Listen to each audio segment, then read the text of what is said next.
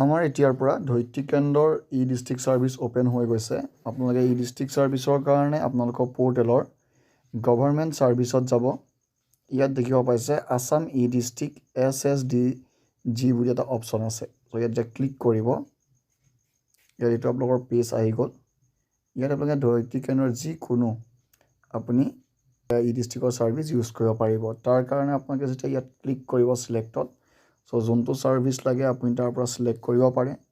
Suppose মই income certificate লাগে, তেতিয়াহ'লে মই ইনকামত ক্লিক কৰিম। ক্লিক কৰি জাষ্ট মই মোৰ name, mobile number and document upload কৰিম আৰু ছাবমিট কৰিম। মই ছাবমিট কৰাৰ ঠিক আপোনাৰ 5 to 10 মিনিটৰ ভিতৰত আপোনাৰ যিটো পৰ্টেল আছে, পৰ্টেলত আপোনালোকৰ যিখন ৰিচিপ্ট আপোনাৰ আছে মানে ই-ডিষ্ট্ৰিক্টৰ, এইটো আপোনালোকৰ পৰ্টেলত আপোনালোকৰ আহি যাব আৰু আপোনালোকে ডাউনলোড কৰি ল'ব পাৰিব।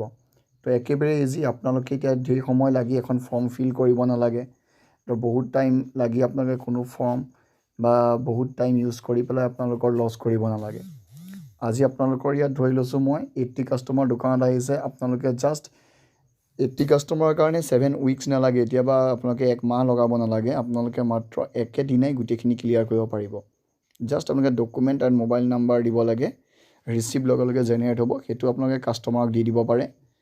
আৰু যিটো আপোনাৰ ই-ডিষ্ট্ৰিক্টৰ মেইন ৰিচিপ্টটো, সেইটো নেক্সট আপোনাৰ 5 to 15 মিনিটৰ ভিতৰত আপোনালোকৰ পৰ্টেলত আপোনালোকে পাই যাব। তো বৰ্তমান আমাৰ ই-ডিষ্ট্ৰিক্ট ছাৰ্ভিচ লাইভ হৈ গৈছে।